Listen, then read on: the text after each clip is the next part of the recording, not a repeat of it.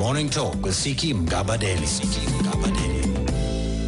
9 minutes past 9, and we are talking about identity theft this morning, taking your calls on 0891 104 207. Maybe you've been a victim, or you have questions to ask to ensure that you can protect your identity. That's the number to dial. My guests this morning are Peter John Crosby, who is Director of 247 Technologies. We're chatting with Vusi Mkhize, the Deputy Director General of the Department of Home Affairs, as well as Dumisani. Now, Dumisani is a victim of identity, and he's also identity theft, and he's also one of the main reasons we're having this conversation today. He sent me an email not too long ago, and I'm going to read parts of it so you get a sense of his story, and we're going to speak to him as well in a moment. So let me read you part of his email. It says, "I'm writing to you as my last hope to help my situation. In February 2008, I went to Bradlow's store in Richards Bay to open an account for furniture, including television. I did not own a TV license, and I did not have a television. The consultant there gave me a call the day after telling me that I've already got a TV license. I was puzzled by this and thought maybe there was a mistake somewhere. Still puzzled by that, the manager called me to sign the contract. When she showed me my credit record, I saw some debts which I did not know about. Firstly, they said I had a loan of 7,000 Rand from African Bank. They said I had a 5,000 Rand loan from Sanfin.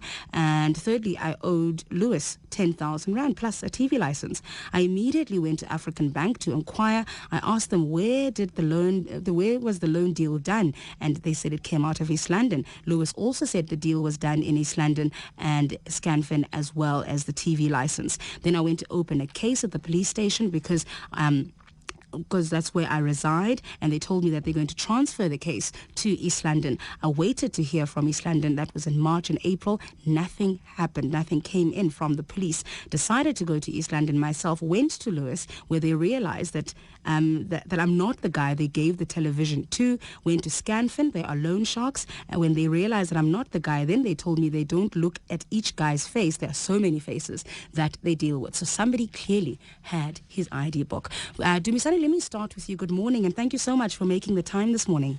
Morning, Siki. I've read part of your email, but I would like us to maybe carry the story forward. So you never took out any of those loans? No. How do you think they got a hold of your ID book? What happened, Siki, in 2005, I was working at Fort Cox College of Agriculture. Then I lost my ID January 2005, and then I reported it to the police, King Williamstown. Then that was it. Then I stopped working, and then I started continuing with my studies in Nelson Mandela University, Metropolitan University, George, for 2006, 2007. Then 2008, I started working in January at SABC Kwambonam. Then I wanted to buy a TV and a washing machine. So when I went to Bradlow's, then they told me that I've got the debt of. They said first I have the TV license. I was a director working somewhere in East London. I remember when I was working there. Then I was wondering where is this. I thought maybe there was a confusion or something. Maybe someone is same names or something. Yeah. Then later on, the manager then called me to sign the contract for the deal and everything. Then I looked at my credit record. I realized that I only had, by that time, one debt, which was my car. Wow. Otherwise, I have nothing else. So when I saw now this list that was long, then I started realizing that there is a problem. So I went to the police station to open the case. They told me that the case was going to be transferred to East London. I went to Kwambona because that's where I really stay. But the Bradlow's one was in Richards Bay branch. Yeah. So I waited and I waited and I waited. Oh, I did approach African Bank then. Then they told me that they are going to lift up they made a lot of investigation. After a while, they find out that the account was open in East London. Yeah. And they told me that they were gonna uplift my name, and they said because they are not sure. And then the police, when I went to the police, I told them maybe if they can call African Bank and everything, but they have never really got any help. So what happened is I went to the police, I opened the case, and nothing came. I waited. Then I decided to go to East London. When I got to East London, the police station there, they told me that they cannot open the case because I already opened the case in East London, so I must wait. It means that maybe the case is still on the way. Wow.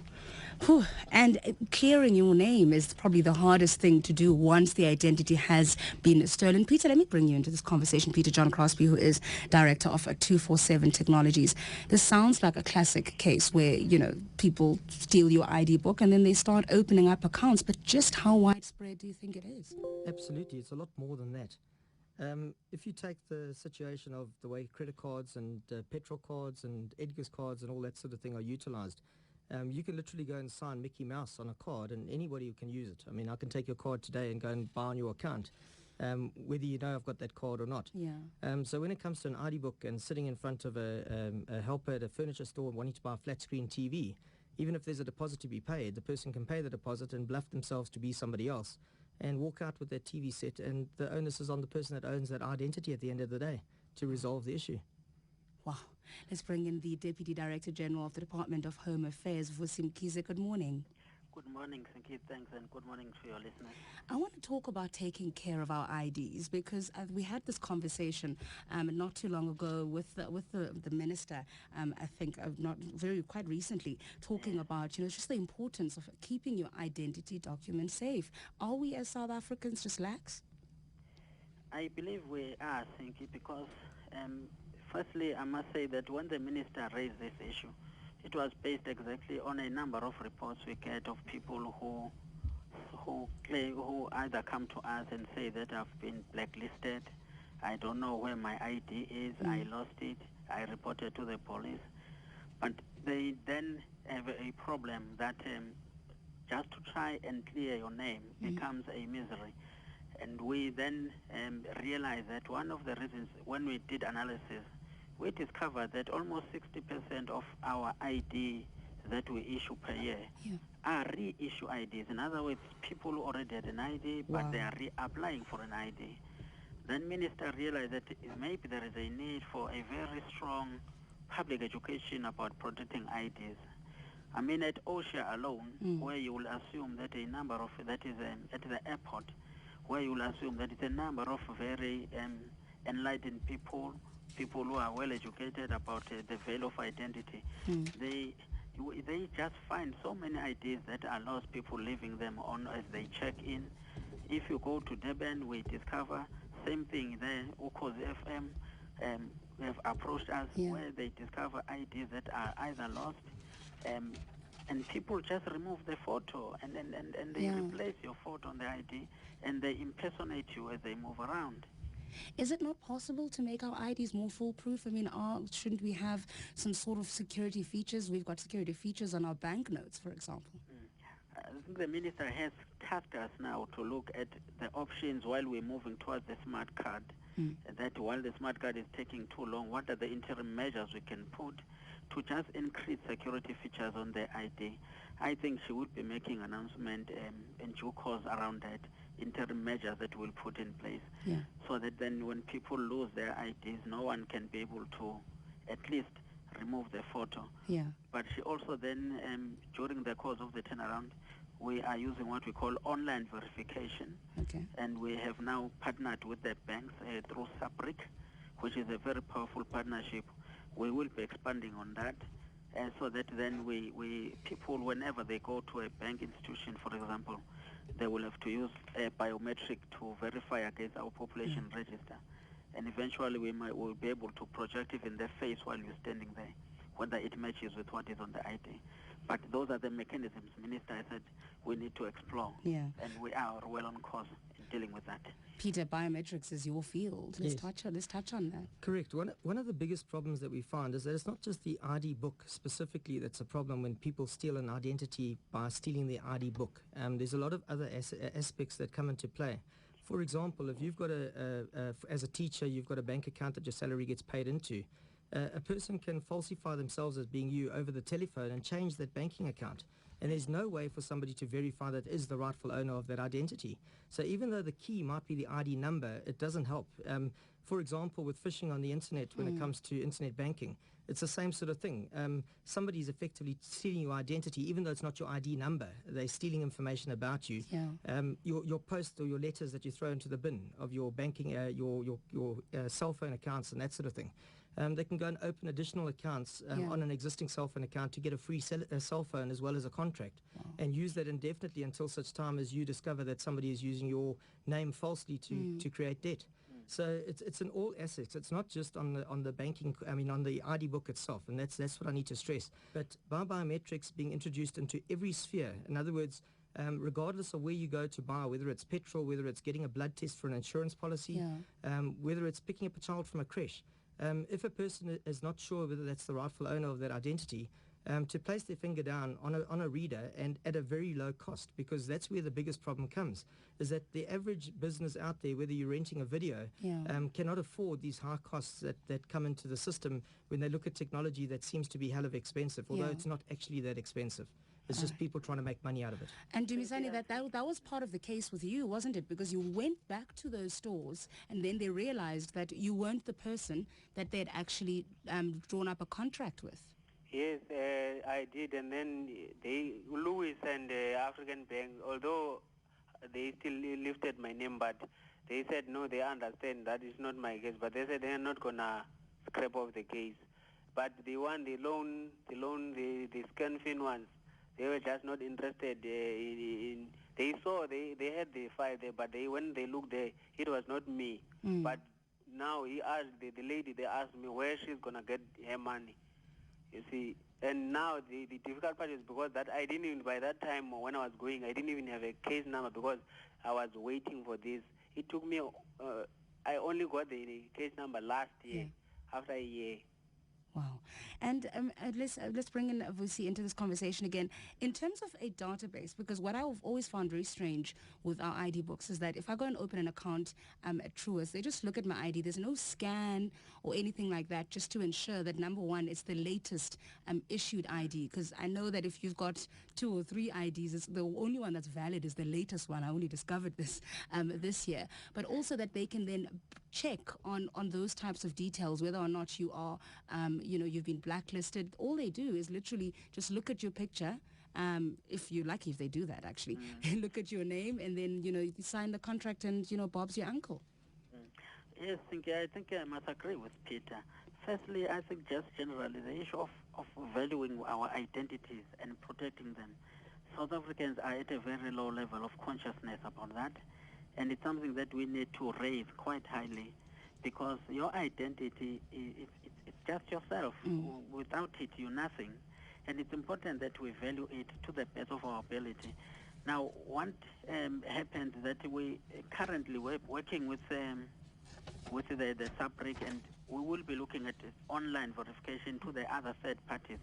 From our side, that's a bit we can do, but I think the main thing is that people must know also that when they move around with this ID, they must know that if you have issued another one, that date of issue nullifies any other ID except the latest one. As you've said it, you've done your homework, Siki. I try. People don't understand the characteristics of the ID book, and that is why it's easy also when you go anywhere, because you've never taken an effort to understand this book, you just take it and you think it's only the photo that matters. And yet there are so many other characteristics there that you might find that can assist you. But I think just to emphasize what Peter said, I mean, people, when they apply, they play part of these competitions. They simply issue their ID number. They don't know whom are they issuing this, what happens after you've given that, because our people are just so interested in, it's a competition, I might win something. But it is really your identity that you're giving out, and you don't even know. So those are things that we must do as a part of puzzle of public education about identity and how we should protect it and its value. What about training and also dealing with fraud within the Home Affairs Department? Because let me give you an example. 2-3 years ago, my bag was stolen and my ID was in there, and I discovered just by chance by going onto your website that I was married. And I've never been married. I was quite upset. I was not invited to my own wedding. So how does someone just get me married off? There are two levels around that. First, let's deal with the one of corruption, where people will sell or marry people who are not aware.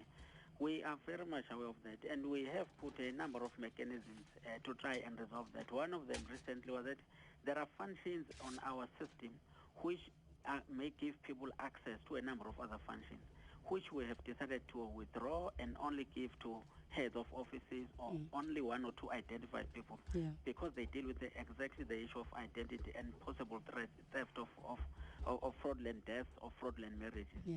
But secondly, is that corrupt elements always collaborate with people from outside, and that is where also the problem is, because our officials then they meet and decide to marry our other citizens of South Africa without their consent.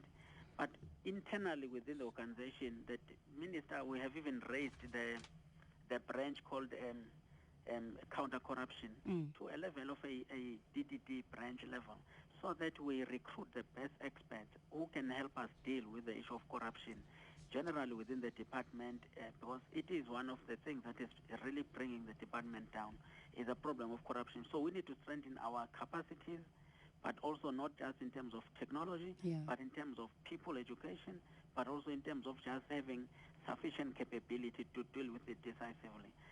So that is one element about corruption. But then from outside, you find that there are people who claim that they were never married before, and on to find that they marry what we call marriages of convenience. They marry with people who are not really committed to marry to, just because they are being rented by people who came into the country illegally, the illegal foreigners. And these people want to acquire citizenship of South Africa and then use it either to get a passport or to get whatever and travel abroad and cause mischief outside in the name of South Africa. And you find that then people just are soliciting money or bribe, and they go into our department. The only thing we can do, if you are present, you are there, we will marry you. And only to find that the family is not even aware. When a person passes away, they discover a person is married, but they never knew. So we're dealing with multiple problems that relate to fraudulent deaths and fraudulent marriages. From what I understand, some officials get up to 70,000 Rand per false ID, and that gets paid out. I mean, have you arrested anybody? Has anybody actually been, charged with something like this? Yes, a lot of people have been judged for corruption in the department. Last year alone, the minister was indicating, we had almost more than 200 people that were arrested, were fired, and dismissed from the department. But what she has now put up as a bigger program is that identity must not be seen just as a mere Home Affairs responsibility, but all security agencies, we must work together with them, so that then the issue of then identity theft becomes a very serious crime. We are reviewing even what we can recommend to Board of Justice as a penalty for anyone found to be involved in identity theft. Let's take some calls. 0891 104 207, 0891 104 207, and your SMSs on 34701. We're talking about identity theft. Let's hear from Lionel in Gaborone. Hi, Lionel.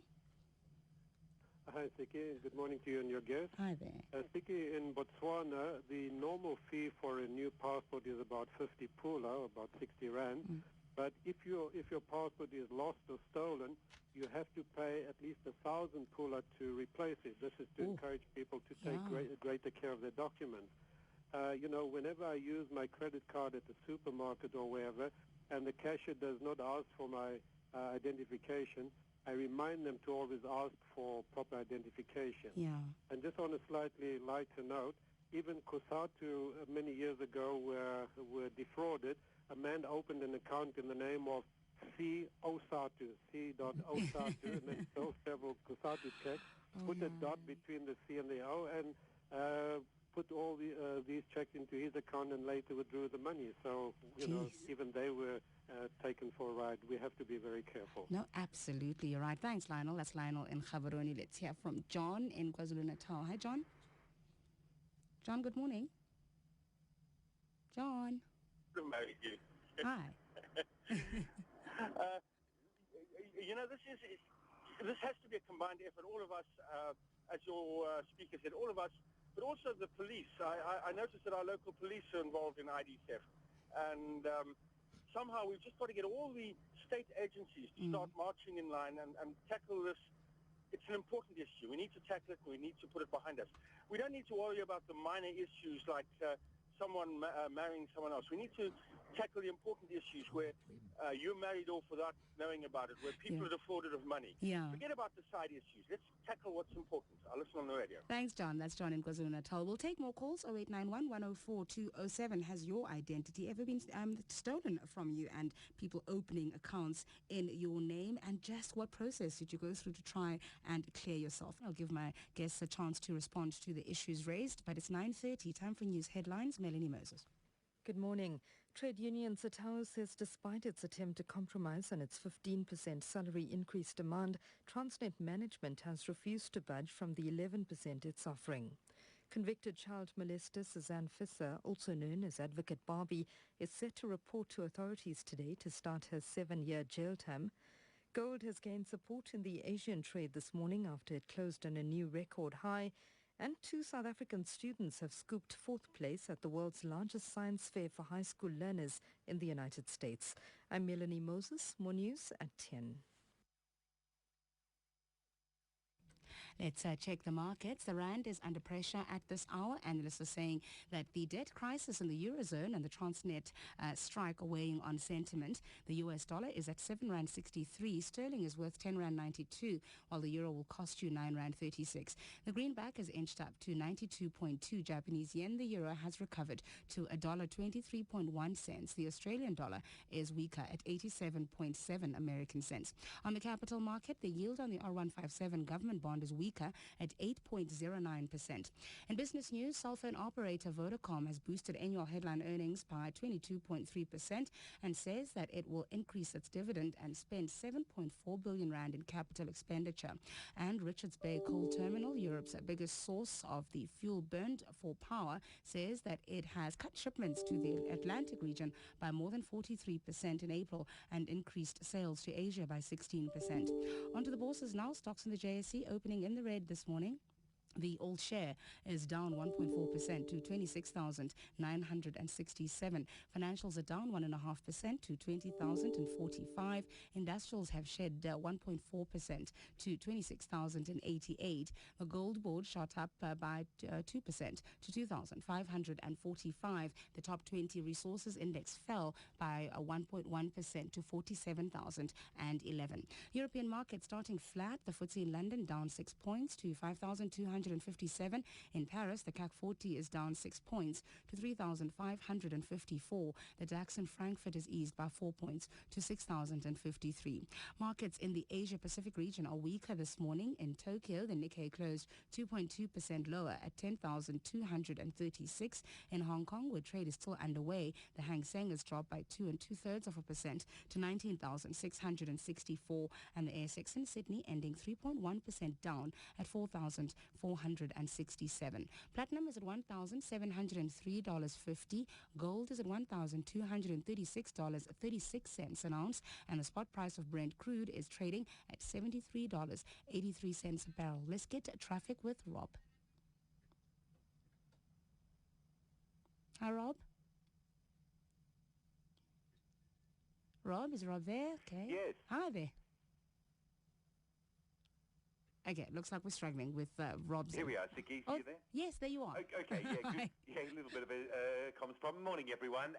We'll just start with a look at Cape Town because the traffic going into Cape Town, as we were forecasting during AM Live, is still very busy. On the N2 highway, traffic queuing from the airport, from Cape Town Airport, all the way through to Hospital Bend. The M3 from Constantia Main Road up to about the UCT campus. That's very heavy as you come up through the Weinberg Hill area. And the N1 highway still very sluggish through the N7, the Goodwood and Malmesbury exit, all the way down to the Coburg interchange. Also, the N7 coming down from Plattekloof Road onto the Bosmansdam Road exit is remaining slow as well. So a lot of pressure on Cape Town's main routes into the CBD, the highway routes, and that we think a direct impact for the lack of trains with the Metro Rail strike today. It'll probably take until just after 10 o'clock for that traffic to clear through. A couple of other things to keep in mind. Town Hill at Pietermaritzburg southbound closed this week between 9 a.m. and 3 p.m. daily. It's 5 days of roadworks at Town Hill. Now, traffic going passenger vehicles towards Durban being diverted off at the Sadara interchange, brought back on at Armitage Road south of the works, and the trucks and heavy vehicles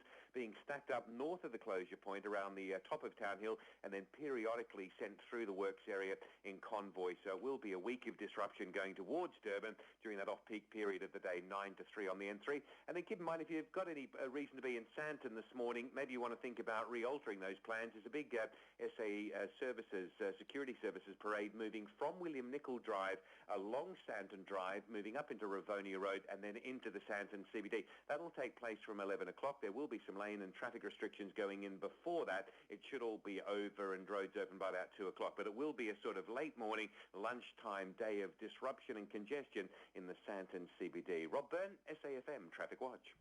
It's 25 minutes to 10, continuing our conversation on identity theft, talking about protecting your personal identity number and the theft of that identity number by one or more people. And they use your ID number, they go and open accounts on it, and it becomes a huge, huge problem. So give us a call, 0891 104 207, 0891 104 207, SMSs to 34701. I'm chatting with Peter John Crosby, who is Director of 247 Technologies. Vusim Kize is Deputy Director General of the Department of Home Affairs, and Dumisani, a victim of identity theft as well. Let's read some SMSs sent through to 34701. Ron in the Eastern Cape says, "Hi Siki, what about companies who print your ID numbers on your workers' permit cards like airports workers, a procedure from AXA?" And Voko says, "A bookkeeper that helped me with tax made fraud ID from Home Affairs to get my money from the bank." Okay, I don't understand that. Did they issue you with a fake ID? Please resend that SMS something a bit clearer. Tulani in Durban says, "Siki, I lost my ID book. Accounts were opened, and now I have judgments and blacklisted with criminal record that I don't know. Please help me." And Thomas says, "Can't we do lifestyle audits on Home Affairs officials?" And someone else says, "We are told that there is an Al-Qaeda network within Home Affairs. Please tell us." And someone says, "Mashoni says, keep people's IDs. And when those people are not able to pay back, they then apply for new IDs because they cannot get their IDs from the Mashonisas." And someone says, "IDs reported as stolen should be stored on some database where retail stores, etc., and Home Affairs can check before opening an account or marrying someone." And Reggie says, "We have advanced technology. It's time we replace IDs with fingerprint scanners or something. It's easier to tamper with an ID than with a fingerprint." That's Reggie. And someone else says, "Hi Siki, my ID was stolen and I've been struggling to open a bank account because my ID was used for fraudulent checks. What can I do?" People are in trouble out there, Peter. Yeah. What can people do? I mean, what's the solution to all of this? Well, the second to last SMS basically said it. At the end of the day, where we stand at the moment is your ID number is freely available anywhere. I mean, everything from your payslip to whatever it might be might have your identity number on it. And having that ID number and knowing more about you, especially personal close friends and people around you, they can utilize this very easily to create fraud. So really, more than anything else, with the technology available and the cost of the technology that's available today, which is very affordable, And like I say, not many people actually realize the costs implications of it and how low they actually are. With that available, it just makes logical sense to use that technology to everybody's advantage and for everybody to protect themselves. Yeah. People are very uncomfortable these days giving out any sort of information. I think even things like internet banking took such a long time to take off because we are very reticent about that. So now asking me to give my face, giving my fingerprints, and it's all stored somewhere, it brings back those big brother issues, doesn't it? No, absolutely. I mean, the scare that people seem to have is all related to the 666 story and the godly side of it and all the rest of it. But in essence, God himself has obviously given you fingerprints which are unique. Everybody is unique in every which way. And that is what can protect yourself against other criminals wanting to use your identity. And the fact that a system like ours is developed in such a way that any merchant, even if they've got your ID number, cannot get your personal information or anything about you without your biometric consent when you put your finger down on that reader. So in essence, the key to your information is your fingerprints themselves. And they are what protect your information. Yeah. Vusi, what did you make of Lionel and Mgabadeli's suggestion, what they do in Botswana, where if you lose your ID, then you pay a ridiculous amount of money, just over 1,000 rand? No, I think is correct. It can just be another incentive. We are considering that at this stage, and I think there will be an announcement around the revised tariffs on the issue of the replacement cost of these documents. But at the end of the day, there is a need for what Peter is calling biometric. I'm telling you, if we can use biometric, even if people steal their ID or they get your ID number from somewhere, even if they try to collaborate with some corrupt elements, even with the department, as long as you go to an outlet and the outlet has got a means linked to the department to verify your biometric details. Yeah. So I think that will be important. But for people who are likely, so like Domsani now, I think it will be important that he does go to Home Affairs office. We normally then, under those circumstances, issue a different ID number if he is willing, because you will never get the criminal who is running around with that ID. And people then usually resist because all their life is invested in that particular ID number. Yeah. But the only way to get out of that is if we can really demonstrate that indeed this is a legitimate case. I'm using that quite clearly because Siki, one of the problems that some people who also accumulate debt, they know if they change the identity, the ID number, then they run away from debt, and we cannot help contribute to that kind of criminality also. So we need to investigate and be sure that you lost your ID, you are not the same person. And we do work with other departments, with different agencies also, just to try and verify that indeed, if it's a bank, we would like to see who signed that and compare those things. But he must then, we will help him to get maybe a different ID number and then be able to issue a confirmation letter. But we need to verify that indeed all of those details. Yeah, we will definitely pass on Dumisani's contact details to you. Dumisani, you do have an ID right now, but it's the ID number that was used, right? Yes. Okay, we're going to pass on your contact details. Dumisani, thank you so much for joining us this morning. Okay, thanks. Thanks for your time. That's Dumisani. He was a victim of identity theft. Let's take a call. Solly in Pretoria. Good morning. Hello. Hi, Solly. Yes, ma'am. How are you? I'm fine, thank you. I'm fine. And I just want to find out about something when I listen to the radio when I finish up here. Myself, I'm 100% citizen of this country, both sides, mother and father. My girlfriend that I used to be also the same. And we got a son that needs an ID, and the son is in what call college. And as a father, I'm taking over. I've taken over from since, and then now I need the son to come to on my surname site to give him an ID. We went to local ID offices. The Home Affairs, yeah. Home Affairs, and then they tell us that they want. Okay, we were both there. Because the mother's working, and then when she's working, she can't be able to do what. So it's only that day, which is Saturday, that she'll get the time. And we're not staying at the same place. I need to move from where I stay to there. She agreed everything. Then they said, no, we must first go to the police, and the police must do this. And then the mother said, no, look, I don't have time to go there because I'm working. And the only time that I'll get, then I don't know when is that, but I'll see. So I'm just asking myself, this Home Affairs people, they make things so difficult, and that is why there's corruption in there. You see people, you hear that people are marrying other people's what, and these things happen in the Home Affairs. It's because of they're only looking for corruption things that are happening. The straight things they don't want to. I mean, we were there.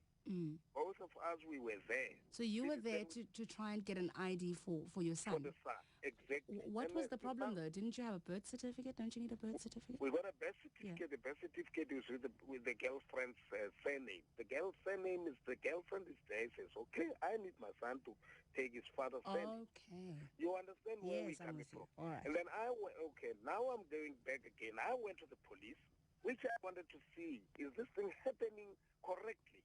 You went to the police to get that, what do you call it, affidavit. Affidavit. You know what is happening? They got a piece of papers that are there, affidavit, they give it to you, they say sign here, and the guy just take a stamp and put it. There's no record that they put. Wow. Anyway, now you ask yourself, these people, they are doing things like this, and they now coming to tell me, it's just the same as if I can take that, two of those papers and get that very police there and corrupt him and say, just put a stamp there. I'll give you 20 rand or whatever. Wow. You know, there are things that are happening in this country, and they think they are the top people there. They think they are doing things right, and at the bottom they are not doing. There's a problem. Things right. Okay. So I'm asking myself, I say, I'm 100% citizen of this country. The girl is 100% citizen of this country. So why can't we get it right? Now the son is there. At school they need ID. Yeah. And then now she hasn't got an ID. It impacts on your whole life. All right, sorry, we'll talk about that. Thanks for your call. Joe, Pretoria, good morning. Hi, good morning. How are you? Fine, thank you. Okay. Siki, just two anecdotes. You know, a couple of weeks ago, I received a final letter of demand from an insurance company because apparently my car was been involved in an accident previously. It turned out actually that it's actually my trailer. So what I'm actually saying, in terms of identity, you know, it also extends to your assets as well. Yeah. I think all of us have got a role to make sure that we actually safeguard our assets, you know, not only the ID, but things that belongs to us as well, because people can use or abuse your number plate or things such as those. Yeah. You know, which is one. Secondly, I think from a personal perspective, you know, each citizen is actually entitled once a year to request a full report from one of these national credit regulators, you know, to verify what activities, you know, are there around his identity. I would actually urge people to do that because the report can actually be received free. Yeah. And you could actually get an indication of what activities, who's been requesting, you know, transactions on your account. Absolutely. You are so right. That's Joe in Pretoria. And Vista in Johannesburg. Good morning. Morning. How are you? I'm fine, thanks. I'm good. Mine is a simple question, Siki. My ID was issued in 1991, and obviously it's 2010, and every time I have to use it, the picture there, it's not what it is representing me today. Yeah. So I wanted to find out from the Home Affairs representative that can I go change my ID? There's nothing wrong with it. Okay, all right, we'll talk about that. Thanks. That's Vista in Johannesburg. Vusi, let's help Vista. I mean, if she, as she says, it's 2010 now. She has an ID book from 1991. Can she just go and change it? Yes, she can. If the ID has become rugged and then your face, you believe that it is no longer what it represents, but you just pay. Yeah. But we don't stop you from doing that. And you just need the reason why. And if the ID is it's in such a state that in fact it no longer represents who you really look like, then you can be able to do that, but at a cost. And Solly really highlighting just, you know, the issues, and he's saying, you know, at the top you put in the policies, but the people who have to implement them at the bottom, it seems to be there is a problem. I agree with him that, you know, the department, we must remember, it started its a massive turnaround program in 2007. And one of the key things is this issue of change management and empowering the staff and developing proper systems. And one of those is really around the training component, about the requirements and about how to treat the staff, the citizens. Because you could see here that the issue is just what are the requirements, and if I'm having a client in front of me, what am I supposed to do when it comes with a particular issue? Because this issue is about change of surname, and the father is giving consent that this is my child, and the mother is there who says indeed this is the child, and there is no indication that there is any other reason why they would try to change the child's name to another. And what we did then as a department to empower staff about that, last year alone we distributed almost 2,000 books that are called frequently asked questions, so that both the client, if there is a confusion, you can say, can I look at the requirements? Give me the requirements. And if the clerk or the staff member is not sure, can also just go and draw that from the drawer, so that then people can be assessed on the spot. Minister has made it clear that people should be in fact going to Home Affairs, and we inconvenience them only once when they come to collect. Not this thing of going back and forth about requirements. You must be told immediately what are the requirements for every product. So I believe then if you have these frustrations, there is a name tag that we have instituted as one of the key things that people are identifiable who are not willing to help you or maybe are unable to assist you.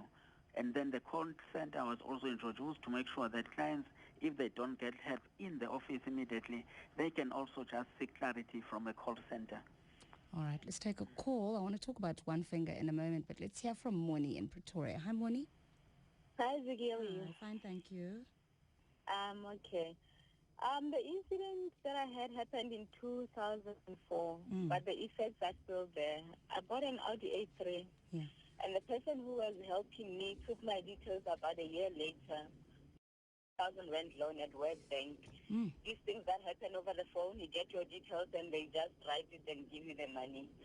About a year later, she couldn't pay her account, and then I was called to find out why am I not paying account. But then I was surprised the money that they were asking for was about 200 and something, which was in my account. Then if it was a debit order, it would go off immediately without even them calling you. Then I got to find out that somebody actually opened an account using my identity. Wow. My ID number and my name were used. Until today, when I was selling that car last year, trying to get another car, I'm still labeled, I don't know, under what. As if I have done some fraud myself. I have to apply, then I'll wait for 2 days so that I should be cleared. It's not only the car, anything and everything that I apply for. I cannot just get it just like that, because I had to go and be clarified whether I'm a victim of fraud or I did fraud myself. They've labeled me somehow, I don't know how, but it's affecting my life. If I want a house, I have to go via whatever they're taking. I wanted a car, I had to go via that. I was also blacklisted in ITC. I had to fight with them for more than a year. You know how long you sit on the phone, and every time you pass from one person to the other and all that. The case went on, and it was concluded about 2 years that it was a case of fraud, and she got a sentence like she sit at the house sentence, something like that, for about 2 months or so. Because she had 2 kids, it was fine. So the question that I have is, I don't know if race plays a major role here. If you're black and commit something like that, you get some fine that either you be jailed or you pay some serious fine or something like that. But it was a white lady. She just got that life sentence and it was okay. Life went on. In the meantime, it's 6 years later, and I'm still struggling to open a simple account.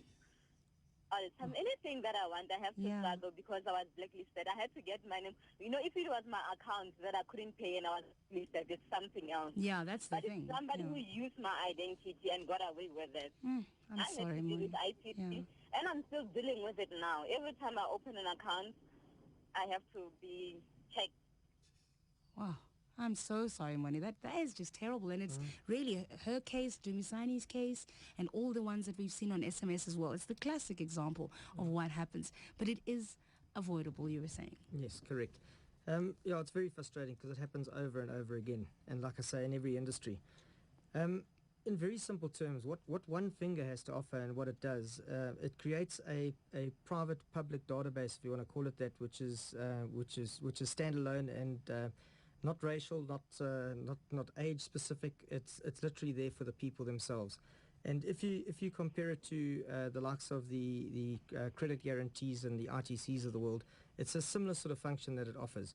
And what happens is any merchant out there, no matter who they are, can register and become a user of the product, protecting their consumers. And the consumer has choices and rights. And if they don't want to use the system, it's up to them. It's not a problem. But then they're taking it on themselves to carry the risk of somebody using their identity. And really, at the end of the day, it's a third check, if you want to call it that, even for Home Affairs to use the system, because the beauty of it is that the more people that use the system and the more affordable it becomes, the more it'll be checked. And for example, how often do you go to Home Affairs, and how often do you update your ID book? How often do you change your cell phone number with Home Affairs? How often do you change your address? And the problem is that the information is never up to date, so nobody can really check whether it's a valid person or not. Whereas if it's utilized every day in every aspect of life, it becomes very self-cleansing and cleaning, and it makes it work for the public themselves. I'm sorry, Vusi, but I really, Home Affairs is the last place I want to go hang out on any given day. But what do you think of a system like this? Because the nice thing about it goes back to what I was saying earlier, that if all the retailers and government and everybody's all on the same system, it makes it harder and harder for the criminals. Yes, I think we must, one of the key elements, we must agree that we can't just blame the victim all the time. Criminals are just determined to do everything they can to steal identity. Because it's just economy-wise, it just kills this country as they do that. So it is a collaborative effort. The Home Affairs have got more than 30 million fingerprints on the system. And we are clear that because we had to introduce that database, which is called the Automated Fingerprint Identification System. We are now working, as I've indicated, with the banks. We've piloted, and we ended the pilot in August. We are now moving to the next level. We are looking at working with other departments like SASA, and eventually, once we've got a smart card, we will be even much more integrated with other people. Because you must remember, in terms of the law, Promotion of Access to Information Act, you can't divulge one person's detail without consent, unless there is some consent or whatever. So we're guided by law on who we can share database under what circumstances. So, but definitely I agree with you. We will have to look at all mechanisms and avenues in place, because identity is a priceless thing.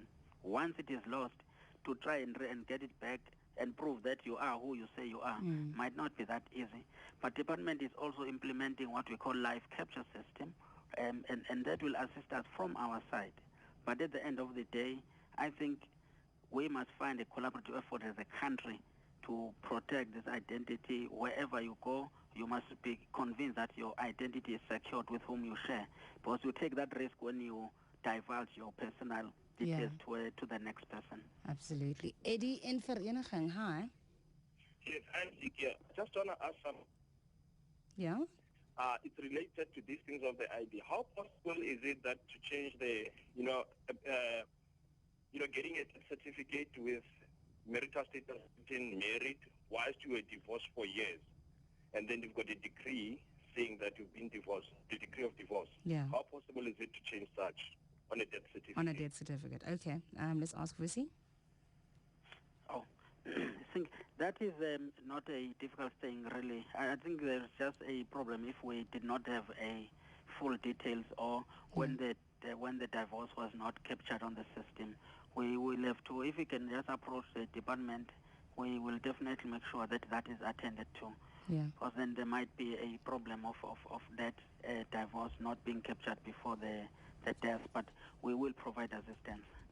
And an SMS from Davy: when an ID book is stolen, what can one do? Report it stolen at a police station. Would that help to prove that you didn't open the accounts?